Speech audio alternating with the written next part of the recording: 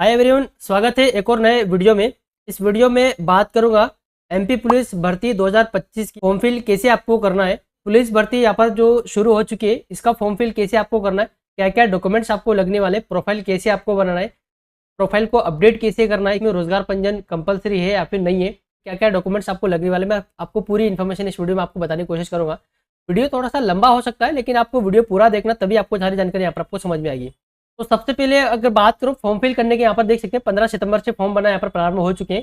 Last date है इसकी 29 सितंबर 2025 की लास्ट डेट रहने वाले। अगर मैं एग्जाम डेट की बात करूँ, यहाँ पर 30 अक्टूबर 2025 एग्जाम डेट यहाँ पर दे रखी है। ये एक्सपेक्टेड हो सकती है क्योंकि यहाँ पर डेट आगे बढ़ने की संभावना है, लेकिन नहीं भी बढ़ सकती और बढ़ भी सकती है। ठीक है, तो यहाँ पर देख सकते हैं जो पोस्ट की अगर बात करो, यहाँ पर दोनों पोस्ट यहाँ पर आपको दे रखी है, जिसमें टोटल पोस्ट है आपको 7500 पोस्ट यहाँ पर आपको दे रखी है। इसमें आपका SAF और GD दोनों मिला के यहाँ पर देखेंगे तो यहाँ पर आपको 700 पोस्ट आपको दे रखी है।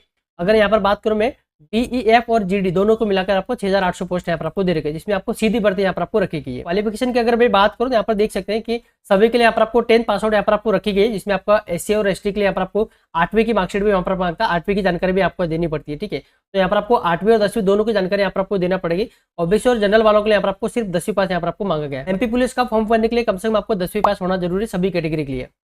एज की अगर मैं बात करूं तो 29 सितंबर 2025 को यहाँ पर आपको कम से कम 18 साल आपकी उम्र पूरी हो जाना चाहिए, उसके बाद ही यहाँ पर फॉर्म फिल आप कर पाएंगे। यहाँ पर देख सकते हैं कि मध्य प्रदेश में आरक्षित श्रेणी के लिए आपको 33 वर्ष आपकी उम्र दे रही है। इसके आर्थिक कमजोर मतलब OBWS के लिए आपको 33 एज आपको दे रही है। अदर स्टेट वालों के लिए आपको 33 आपको एज दे रही है।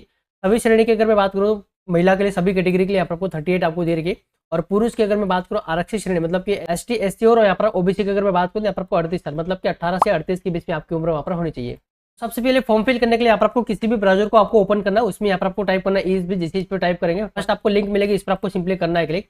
उसके बाद किसी भी आपको लैंग्वेज को यहाँ पर आपको सिलेक्ट कर लेना है। उसके बाद में यहाँ पर देख सकते हैं आप चाहते हैं यहाँ पर देख सकते हैं online form police constable recruitment, इस पर आपको क्लिक कर सकते हैं, या फिर आप चाहे तो ऑनलाइन फॉर्म इस वाला ऑप्शन पर क्लिक करके यहाँ पर आगे बढ़ सकते हैं।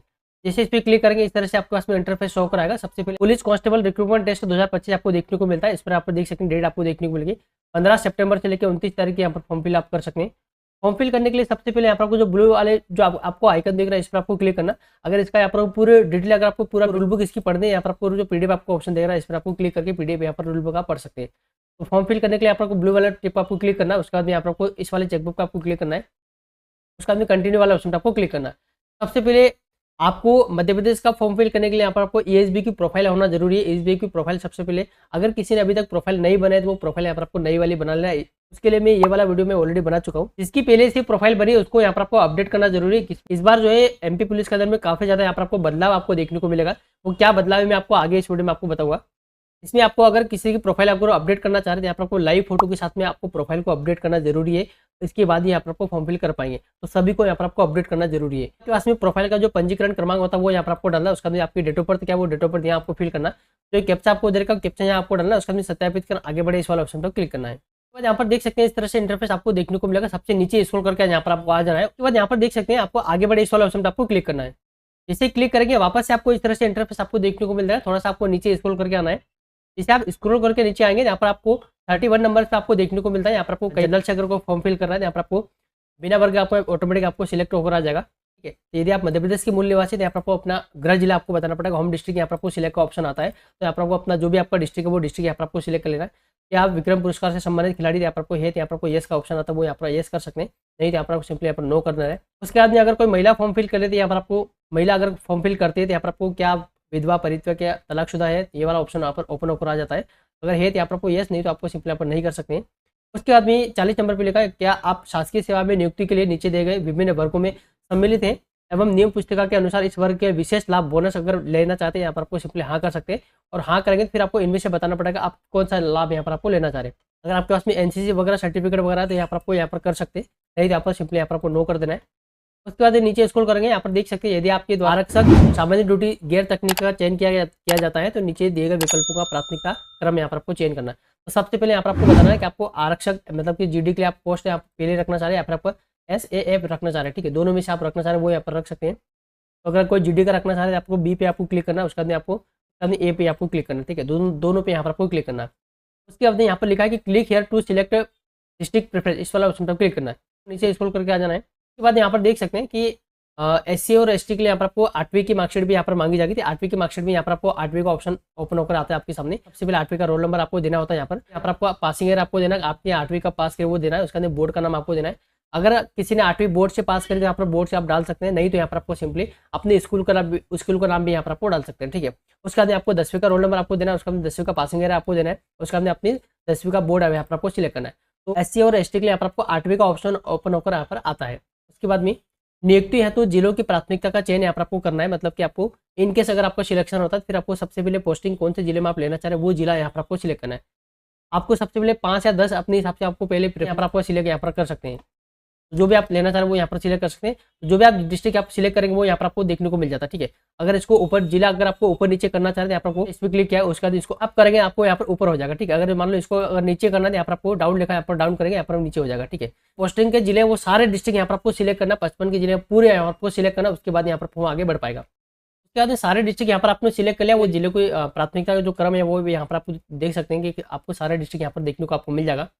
उसके बाद एक नोट लिखा है कि जो आवेदक मध्य प्रदेश के मूल निवासी नहीं वो यहाँ पर आपको जनरल से फाइट करेगा, मतलब कि आपको उसके यहाँ पर आपको जनरल में अकाउंट यहाँ पर किया जाएगा।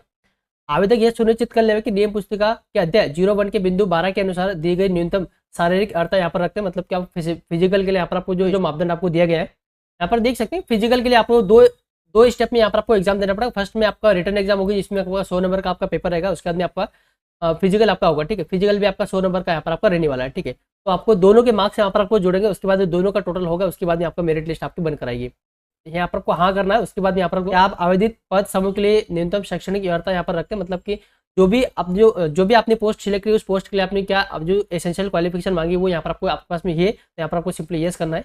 अगर कोई SC ST से फॉर्म फिल करता है तो यहाँ पर आपको ये वाला भी ऑप्शन ओपन होकर आता है। इसमें लिखा है यदि आप मध्य प्रदेश के अनुसूचित जाति मतलब कि ST श्रेणी के उम्मीदवार है तो क्या आप 10वीं बोर्ड या फिर उससे अधिक उच्च शिक्षा पर उत्तीर्ण है, मतलब कि 10वीं पास या फिर 10वीं से आपने 12वीं या फिर ग्रेजुएशन वगैरह किया है तो यहाँ पर आपको सिंपली यस करना है। अगर नहीं तो यहाँ पर आपको सिंपली अगर केवल आप 10वीं पास है तो यहाँ पर आपको सिंपली नहीं कर सकते हैं।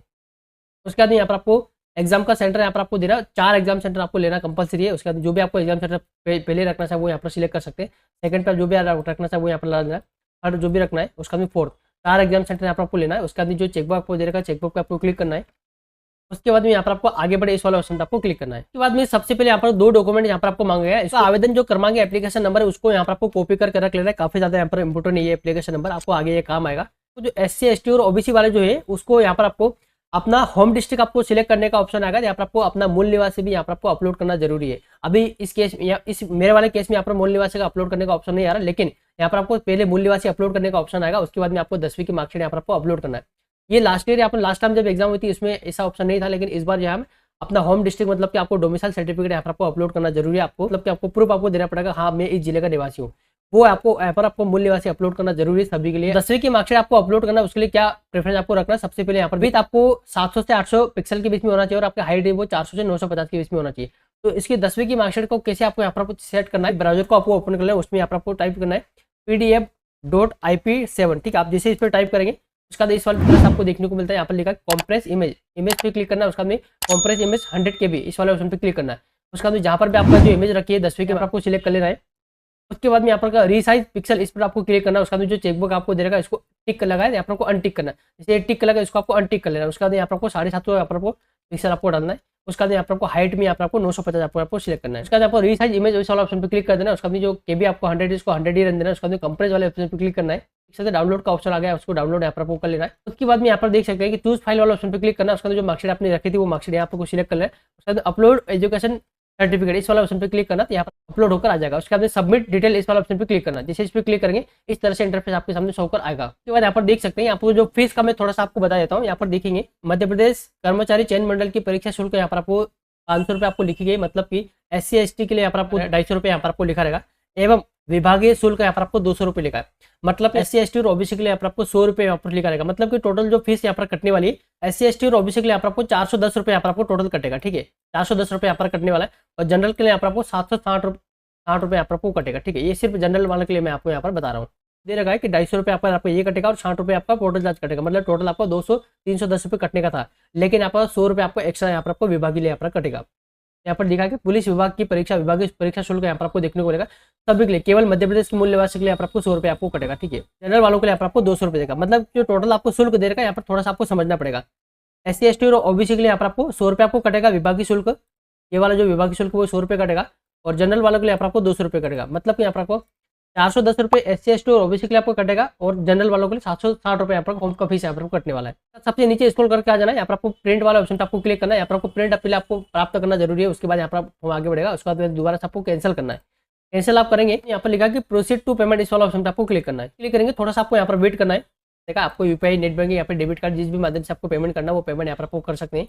पेमेंट आप कर लेंगे, उसके बाद यहाँ पर देख सकते हैं भुगतान है, यहाँ पर आपको लिखा गया। ठीक है, पेमेंट आपका कट गया आपके अकाउंट से, लेकिन आपके पास में कुछ एरर आ गया और प्रिंट अगर उसका प्राप्त नहीं होता, सबसे पहले क्या करना है, बस इस वाले डैशबोर्ड पे आ जाना। जो आपके एप्लीकेशन नंबर मैंने आपको कॉपी करने का बोला था, वो एप्लीकेशन नंबर यहाँ आपको डालना है। उसका जो डेट ऑफ बर्थ है वो डेट ऑफ बर्थ यहाँ आपको फिल कर देना है। जो आपने प्रोफाइल अपडेट करी थी, आपने नई प्रोफाइल बनाई थी, उसका जो पासवर्ड आपके टेक्स्ट मैसेज पे आया था वो पासवर्ड यहाँ आपको फिल करना है। उसका जो कैप्चा आपको दे रखा है वो कैप्चा यहाँ आपको डालना है। उसका आगे बढ़े इस वाला ऑप्शन पर आपको क्लिक करना है। आपका भुगतान है तो यहाँ पर आपको हे लिखा आ जाएगा, अगर नहीं है तो यहाँ पर आपको सिंपली आपको यहाँ पर नहीं लिखा आएगा। ठीक है, अगर किसी का पेमेंट कट जाता है तो आपको दोबारा से पेमेंट नहीं करना है। आपको यहाँ पर कुछ 24 घंटे में आपका पेमेंट आपका यहाँ पर पेमेंट रिफंड आ सकता है। ठीक है, अगर आप चाहते हैं यहाँ पर कोई पेमेंट, अगर आपको यहाँ पर सेकंड बार वाला पेमेंट आप कर लेंगे तो आपका जो पहला पेमेंट कट गया वो भी यहाँ पर आपको अकाउंट में आपके रिफंड आ जाएगा। ठीक है, तो आपको चिंता करने की आवश्यकता नहीं है। तो दोस्तों, वीडियो पसंद आए तो वीडियो को लाइक जरूर करें, चैनल सब्सक्राइब जरूर करिएगा। मिलते हैं नए किसी और वीडियो के साथ में, तब तक के लिए धन्यवाद। जय हिंद।